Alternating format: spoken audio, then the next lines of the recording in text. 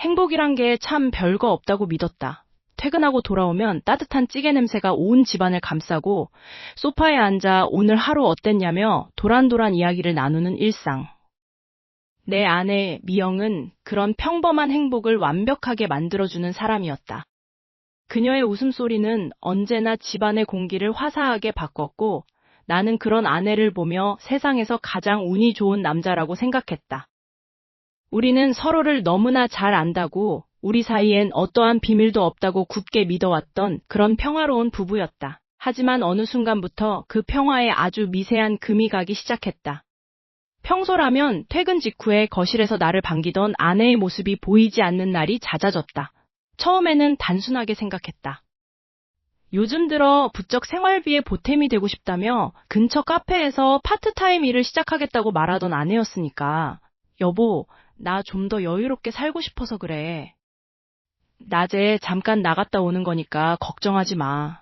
미영은 생긋 웃으며 내 볼을 꼬집곤 했다. 그 미소에 나는 아무런 의심도 할 수 없었다. 오히려 열심히 살아보려는 아내가 기특하고 고마울 뿐이었다. 그런데 그 잠깐의 시간이 점점 길어지고 있었다.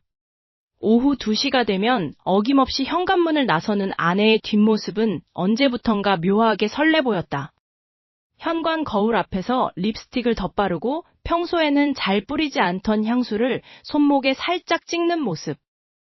그 사소한 변화들이 내 눈에는 단순히 일하러 가는 즐거움으로 보였지만 지금 돌이켜보면 그것은 명백한 타인을 향한 치장이었다. 며칠 전에는 퇴근길에 아내의 일터 근처를 지나게 되었다. 혹시나 하는 마음에 서프라이즈로 커피라도 한 잔 사다 줄까 싶어 카페 안을 기웃거렸지만 아내는 보이지 않았다. 카페 사장님에게 물었더니 미영은 이미 1시간 전에 퇴근했다는 답변이 돌아왔다.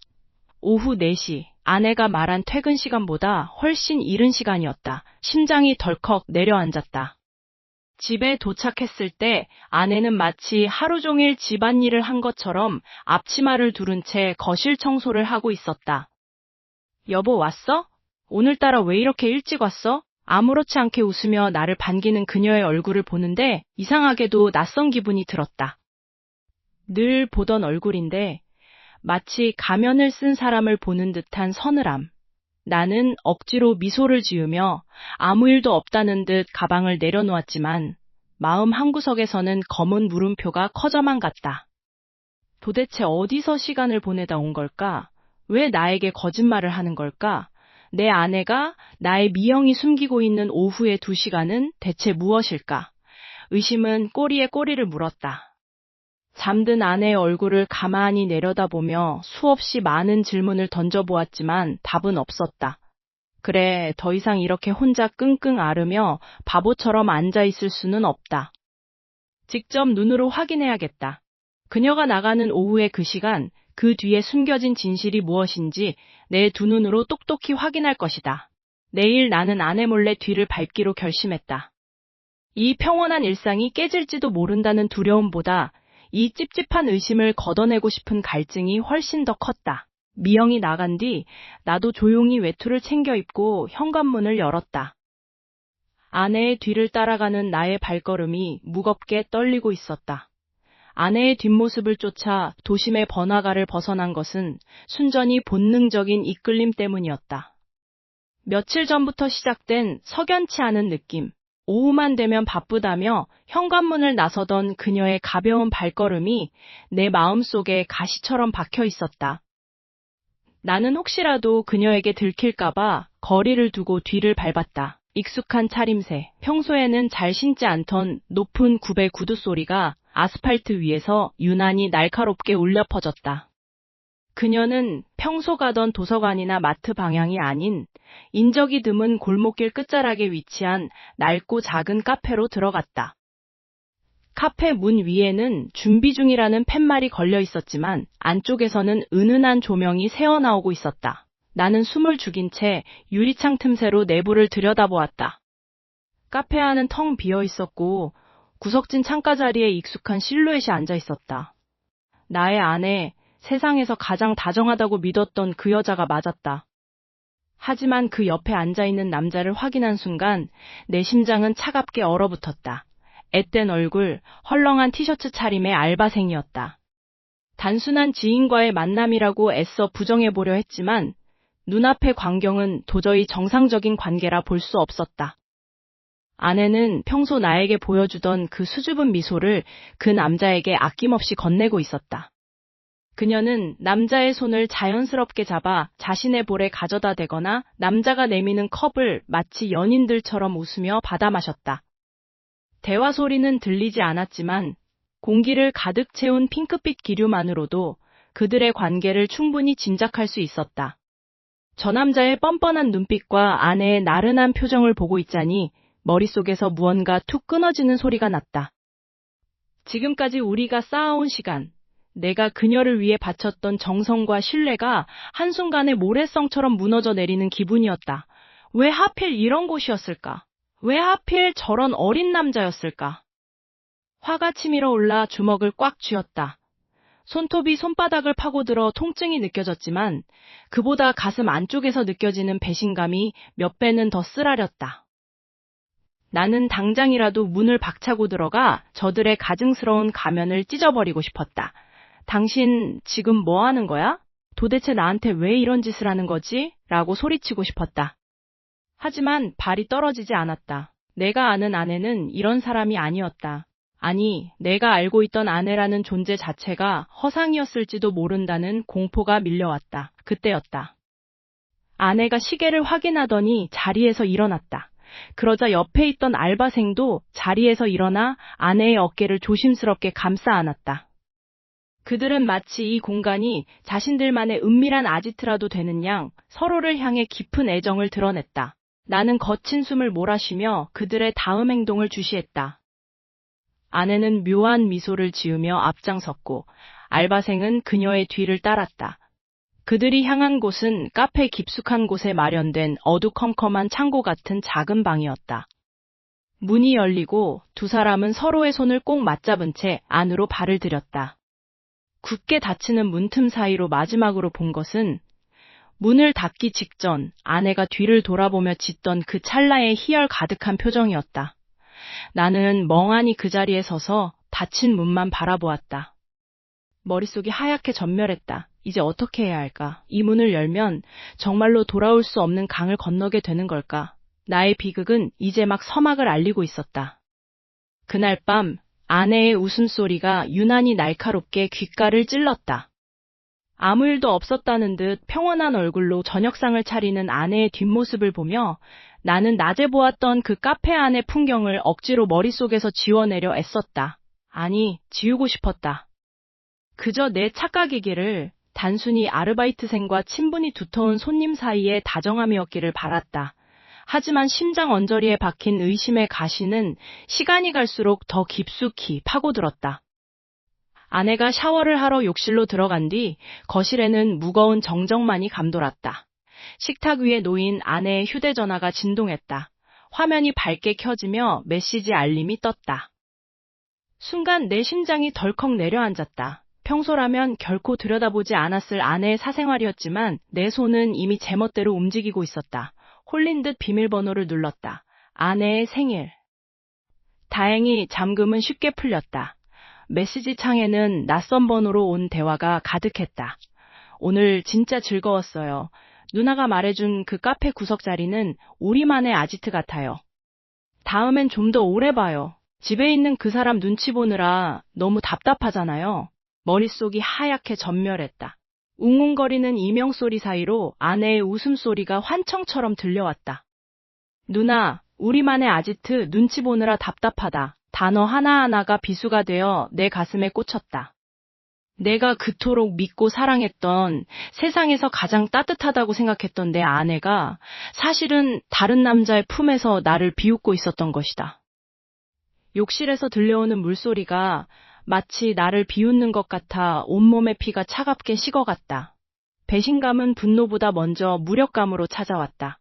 나는 그저 멍하니 휴대전화 화면을 응시했다. 사진첩을 눌러볼 용기는 나지 않았다. 더 깊은 진실을 마주했다가는 정말로 내가 미쳐버릴 것만 같았으니까. 나는 떨리는 손으로 황급히 휴대전화를 제자리에 돌려놓았다. 욕실 문 쪽을 쳐다보며 식은땀을 닦아냈다. 이 상황을 어떻게 받아들여야 할지, 내가 그동안 알아왔던 아내의 모습 중 무엇이 진실인지 도무지 갈피를 잡을 수 없었다. 아내는 대체 언제부터 나를 속여온 걸까? 그 가식적인 미소 뒤에 숨겨진 차가운 본심은 무엇이었을까? 안절부절 못하며 거실을 서성이다. 아내가 방금까지 입고 있던 외투가 소파 위에 걸려있는 것을 보았다. 왠지 모를 이끌림에 나는 나도 모르게 아내의 외투 주머니 속으로 손을 집어넣었다. 그저 무언가라도 확인하고 싶었다. 실체 없는 불안을 잠재울 작은 단서라도 필요했다. 주머니 깊숙한 곳에서 바스락거리는 종이 한 장이 잡혔다. 나는 조심스럽게 그것을 꺼내 펼쳤다. 정갈한 글씨체로 적힌 쪽지였다. 누나, 오늘 정말 좋았어. 다음 주 화요일 늘 가던 그 시간, 그 자리에서 기다릴게. 우리 빨리 또 보고 싶다. 사랑해. 쪽지의 마지막 세 글자가 내 시야를 가득 채웠다. 사랑해라는 그 흔한 말이 지금 이 순간만큼은 그 어떤 욕설보다도 잔인하게 내 폐부를 찔렀다. 욕실 문이 열리는 소리가 들렸다. 나는 심장이 터질 것 같은 공포와 분노를 억누르며 쪽지를 쥔 채 굳어버렸다. 아내가 수건으로 머리를 털며 나오다 나와 눈이 마주쳤다. 그녀의 눈동자가 잠시 흔들렸지만 이내 평소의 그 상냥한 미소가 입가에 번졌다. 나는 그 미소를 보며 내 손에 든 쪽지를 등 뒤로 숨긴 채 마른 침을 삼켰다. 이제 이 연극을 어떻게 끝내야 할까? 아내의 샤워 소리가 화장실 문 너머로 희미하게 들려오기 시작했다. 물줄기가 쏟아지는 소음은 내게 더할 나위 없는 기회였다. 나는 떨리는 손으로 거실 식탁 위에 놓인 아내의 휴대폰을 뒤로하고 서재에 있는 노트북 앞에 앉았다. 이미 내 마음속 깊은 곳에서는 무언가 돌이킬 수 없는 강을 건너고 있었다. 신뢰라는 이름의 얇은 유리벽은 이미 산산조각이 났고 이제 남은 것은 차가운 진실을 마주할 용기뿐이었다. 나는 떨리는 손가락으로 아내의 카드 결제 내역 사이트를 접속했다. 비밀번호는 우리가 결혼한 날짜였다. 익숙한 숫자를 누르자 화면이 전환되며 지난 한 달간의 소비 기록이 쏟아져 나왔다. 평소라면 그냥 지나쳤을 평범한 생활비 지출들이었지만 내 눈은 오로지 특정 상호명만을 쫓고 있었다.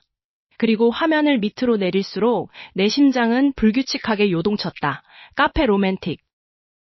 그 이름이 적힌 결제 내역은 한두 번이 아니었다. 주 3회 혹은 4회. 때로는 한 번에 10만 원이 넘는 금액이 결제되어 있었다. 커피 한 잔에 10만 원이라니 상식적으로 말이 되지 않는 액수였다. 단순히 커피를 마시러 가는 것이 아니라 무언가 다른 대가를 치르고 있는 것이 분명했다. 나는 숨을 멈추고 결제 시간대를 자세히 들여다보았다.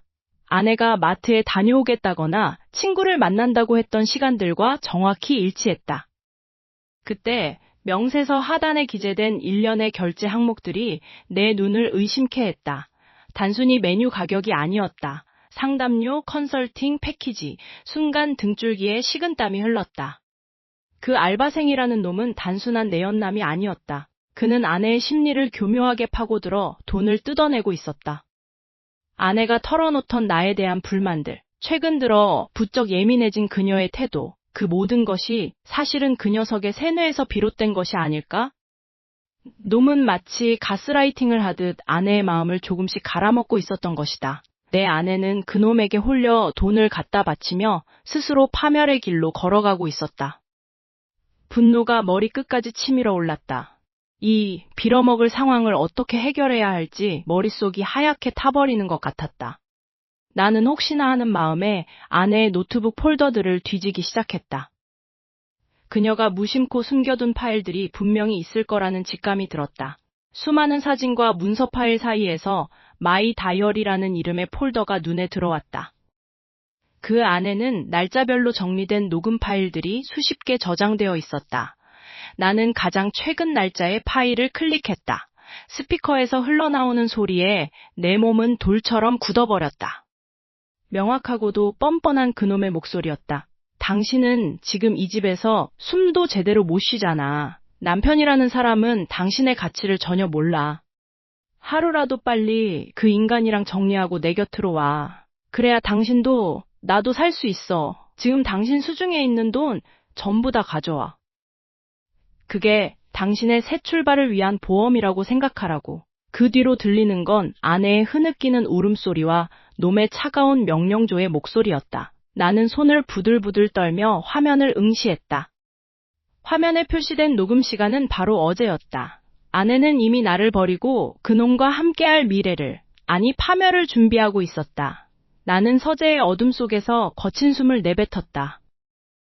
이 모든 비극이 나의 무관심과 그놈의 비열한 음모로 빚어졌다는 사실에 미칠 것만 같았다. 아내가 샤워를 마치고 나오면 나는 대체 어떤 표정으로 그녀를 맞이해야 하는 걸까?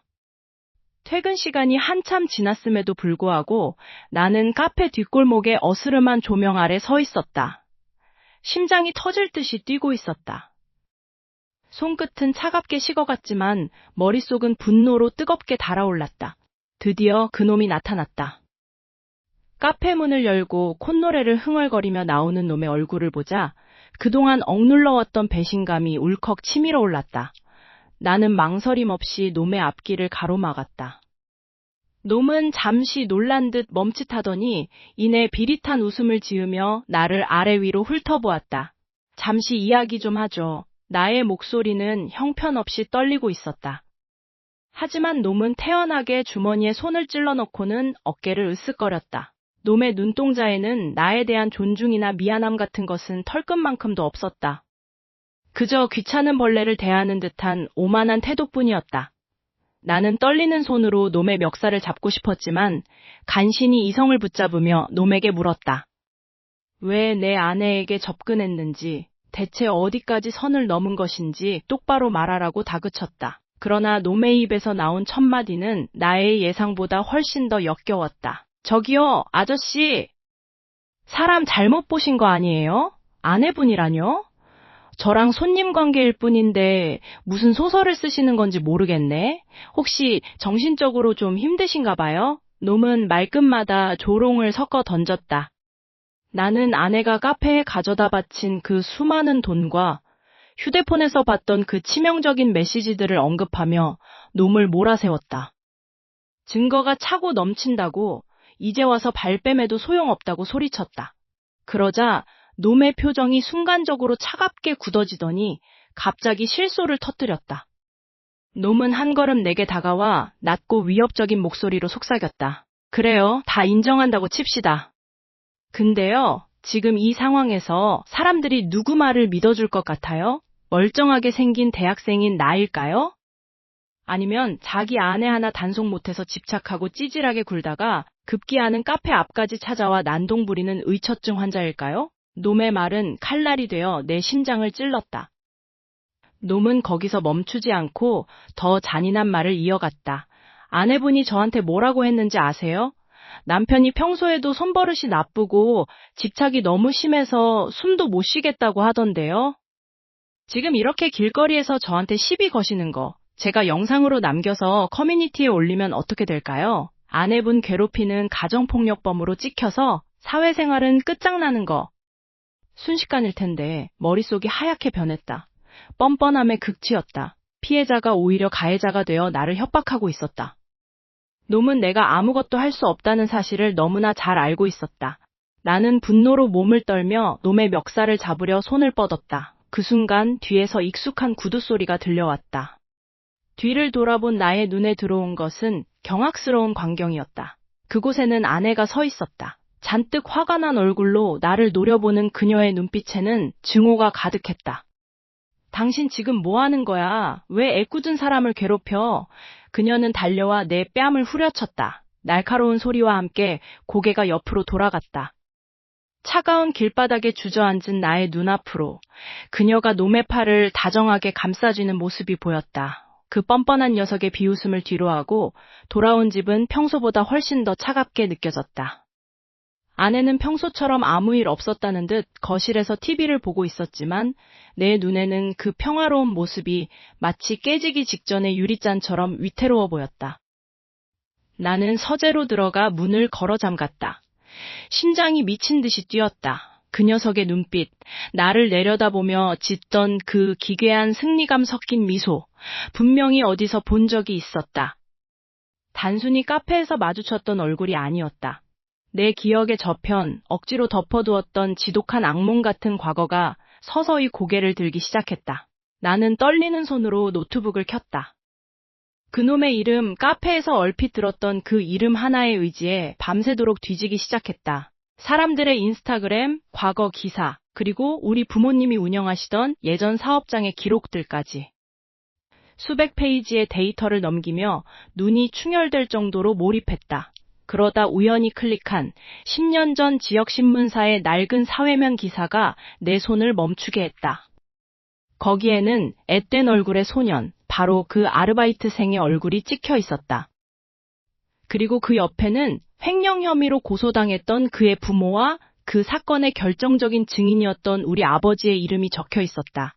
소름이 돋아 온몸에 털이 곤두섰다. 그놈은 단순히 아내와 바람을 피우는 남자가 아니었다. 우리 집안이 그들 가족을 파멸시켰다고 믿고 있는 철저히 복수를 위해 다가온 원수였다. 녀석의 계획은 치밀했다. 가정을 파괴하고 내 모든 것을 앗아가는 것. 그것이 녀석이 10년 동안 품어온 단 하나의 목표였던 것이다. 온몸에 피가 역류하는 기분이었다. 배신감과 분노가 내 머릿속을 하얗게 태워버리는 것 같았다.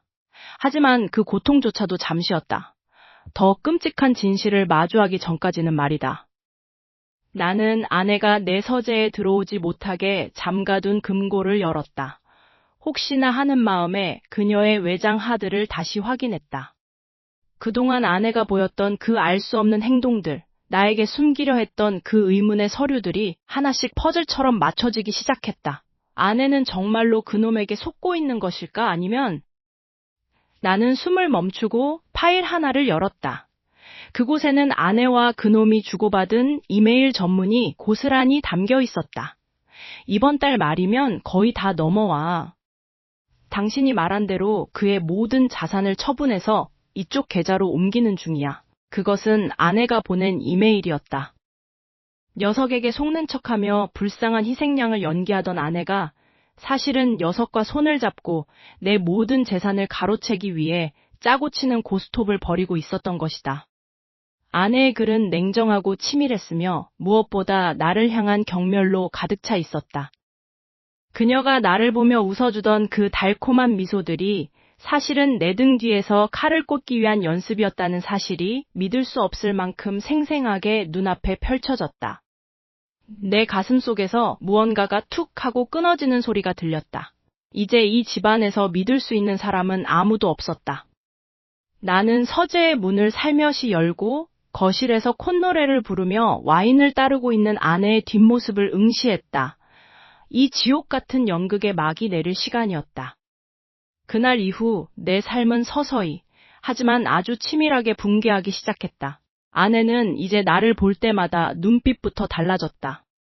다정했던 온기는 온데간데 없고 마치 끔찍한 벌레를 보듯 경멸 어린 시선만이 가득했다.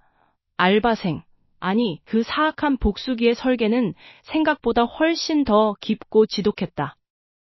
어느 날 아침 회사 동료들에게서 어색한 연락이 오기 시작했다. 평소 가깝게 지내던 팀장님조차 나를 피하는 듯한 느낌을 받았다. 이유를 묻자 돌아온 대답은 충격적이었다. 내가 아내를 상습적으로 폭행하고 강압적으로 경제권을 빼앗았다는 소문이 회사 전체에 퍼져 있다는 것이었다. 심지어 내가 회사 자금을 횡령했다는 말도 안 되는 유언비어까지 돌고 있었다. 다들 무슨 소리를 하는 거야? 난 그런 적 없어 라고 소리쳐봤지만 이미 사람들의 눈에는 내가 괴물로 낙인 찍혀 있었다. 집으로 돌아오면 상황은 더 참담했다. 아내는 거실에 앉아 내 얼굴도 쳐다보지 않은 채 싸늘하게 말했다. 당신이 어떻게 나한테 이럴 수 있어? 우리 엄마한테까지 연락해서 돈을 요구했다며? 당신 정말 끝까지 밑바닥을 보여주는구나. 그건 거짓말이었다. 장모님께 연락한 적도 돈을 요구한 적도 없었다. 하지만 아내의 눈은 이미 그 알바생이 심어놓은 거짓 정보로 가득 차 있었다. 그녀는 그놈의 말을 성경처럼 믿고 있었다. 내가 아무리 해명하려 해도 아내는 귀를 막고 비명을 질렀다. 입 다물어. 그 사람한테 다 들었어. 당신이 예전부터 나를 얼마나 가스라이팅 해왔는지, 그 불쌍한 친구가 얼마나 고통받았는지 이제야 알겠어. 당신은 괴물이야. 내가 당신 같은 인간과 결혼했다는 게 수치스러워. 심장이 갈기갈기 찢기는 기분이었다. 분명 내가 피해자인데 왜 내가 가해자가 되어 가족과 사회에서 매장당하고 있는 걸까? 그놈은 뒤에서 비웃고 있을 것이다. 아내의 손에 들린 스마트폰 너머로 그놈이 보낸 메시지들이 보였다. 아내를 조종하며 나를 고립시키기 위한 완벽한 각본들이었다. 나는 거실 바닥에 무력하게 주저앉았다. 아내는 나를 보며 경멸의 웃음을 지었고 그 모습은 내가 알던 다정한 아내가 아니었다. 마치 누군가에게 세뇌당한 인형 같았다. 나는 이 지옥에서 벗어나기 위해 증거를 찾으려 애썼다. 그러나 휴대폰을 확인하려던 순간 이미 내 개인 SNS 계정들은 차단되었고 지인들은 하나둘씩 나를 차단했다. 세상이 나를 지워버리는 것 같았다. 그 알바생은 단순히 내 가정을 깨는 수준을 넘어 나라는 사람 자체를 사회적으로 살해하고 있었다. 밤마다 나는 혼자 거실불을 켜지도 못한 채 앉아 있었다. 식탁 위에는 식어버린 밥그릇이 놓여 있었고 안방에서는 아내가 밖으로 전화를 걸어 누군가와 다정하게 속삭이는 소리가 들려왔다. 분명 그놈이었다. 나의 집, 나의 공간, 나의 아내까지 모두 그놈에게 빼앗겼다는 사실에 숨이 막혀왔다. 그러던 어느 날 우편함에 등기 한 통이 도착했다. 낯선 법무법인의 이름이 찍힌 서류였다. 떨리는 손으로 봉투를 뜯어 내용을 확인하던 나는 그대로 얼어붙고 말았다. 법원에서 날아온 소환장이었다. 제목은 내가 결코 저지른 적 없는 아내를 향한 상습폭행 및 감금 혐의였다. 아내의 진단서까지 첨부되어 있었다. 온몸의 피가 차갑게 식어가는 것을 느꼈다.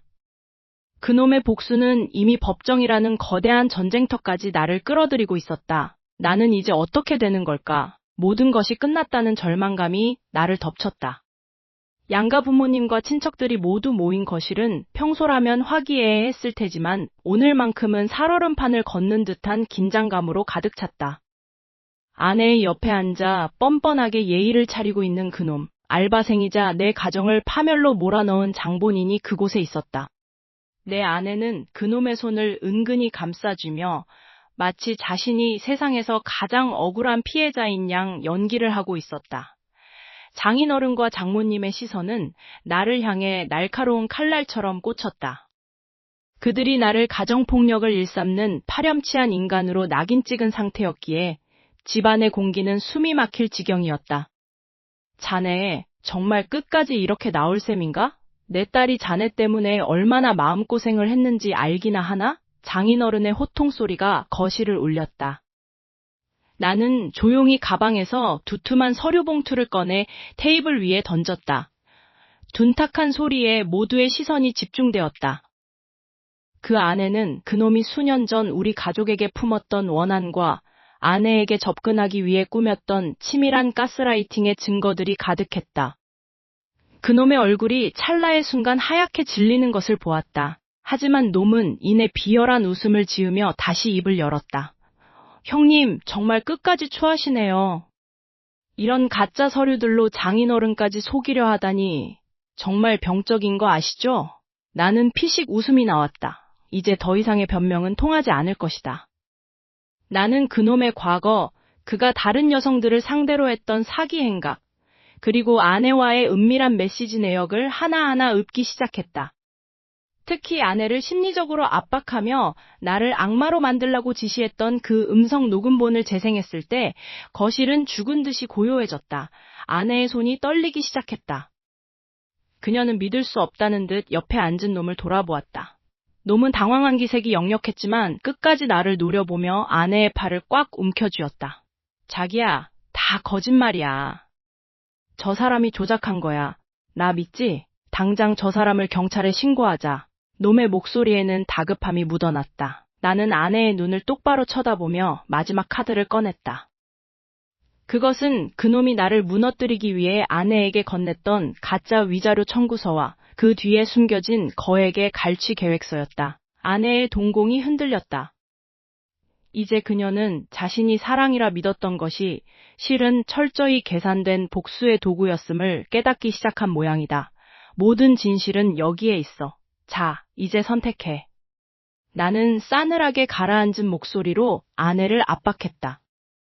저놈과 함께 내 인생을 완전히 망가뜨리고 이 파멸의 구렁텅이로 같이 떨어질지, 아니면 지금 당장 그 손을 놓고 진실을 말할지 당신이 선택해. 지금 이 자리에서 바로. 아내의 시선이 나에게 머물렀다가 옆에서 식은땀을 흘리며 초조하게 자신을 다그치는 놈에게로 향했다. 긴 침묵이 흘렀다. 거실의 모든 사람들은 숨을 죽인 채 아내의 입술이 열리기만을 기다렸다. 그녀는 천천히 자리에서 일어났다. 그리고는 떨리는 손으로 옆에 앉은 놈의 팔을 뿌리치려 했다. 하지만 그 순간 놈이 아내의 손목을 낚아채며 짐승 같은 눈빛으로 그녀를 협박하듯 쏘아보았다. 아내는 두 남자 사이에서 갈 길을 잃은 채 비틀거리고 있었다. 과연 그녀는 누구의 손을 잡을 것인가? 진실을 마주한 그녀의 선택에 우리 가족의 운명이 걸려 있었다. 모든 진실이 밝혀진 그날 이후 우리 집은 세상에서 가장 고요하고도 차가운 공간이 되었다.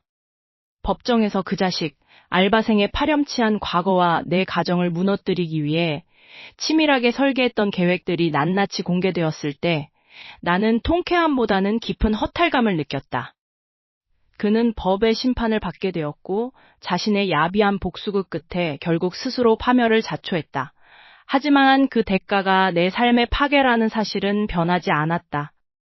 텅 빈 거실에 홀로 앉아 창밖을 내다본다. 예전에는 따뜻한 온기가 머물렀던 이 집이 이제는 그저 차가운 시멘트와 콘크리트로 지어진 감옥처럼 느껴진다.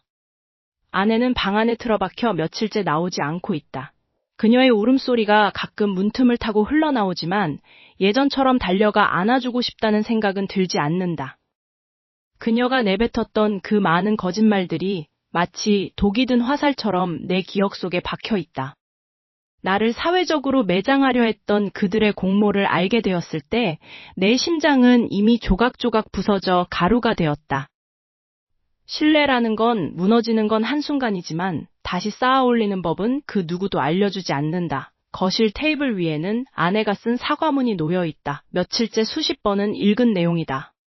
잘못했다는 말, 정신이 나갔었다는 변명, 그리고 다시 기회를 달라는 애절한 부탁. 그녀가 진짜로 후회하고 있는 건지 아니면 또다시 나라는 안전한 울타리가 필요해서 이러는 건지 알 길이 없다. 나는 다시금 의심의 늪에 빠져 허우적거린다. 아내를 사랑했던 내 마음의 파편들은 어디로 사라졌을까? 그녀의 얼굴을 볼 때마다 나를 속이고 뒤에서 비웃던 그 잔인한 표정이 겹쳐 보인다.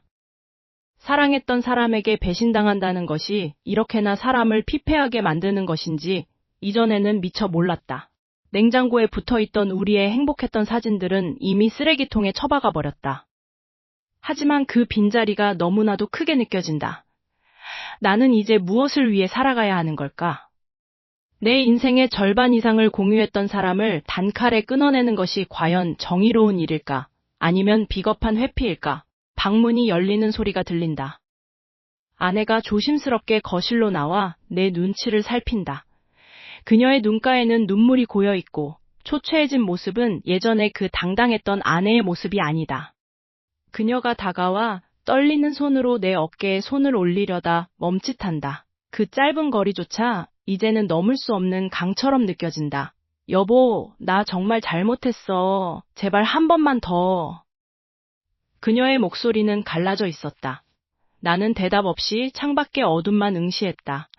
이 정막 속에서 나는 선택해야 한다. 모든 인연을 정리하고 나 홀로 황무지 같은 이 세상에 발을 내디딜 것인가. 아니면 상처투성이가 된 마음을 억지로 꿰매어 그녀의 뒤늦은 참회를 받아들이고 다시금 이 위험한 줄타기를 시작할 것인가. 내 심장은 여전히 과거의 배신을 기억하며 비명을 지르고 있지만 텅 빈 집안의 공기는 다시 누군가의 온기를 원하고 있다. 나는 천천히 고개를 돌려 그녀의 눈을 똑바로 응시했다. 과연 이 눈동자 속에 비친 내 모습은 어떤 선택을 내리게 될까? 나의 진짜 마지막 결심은 무엇일까?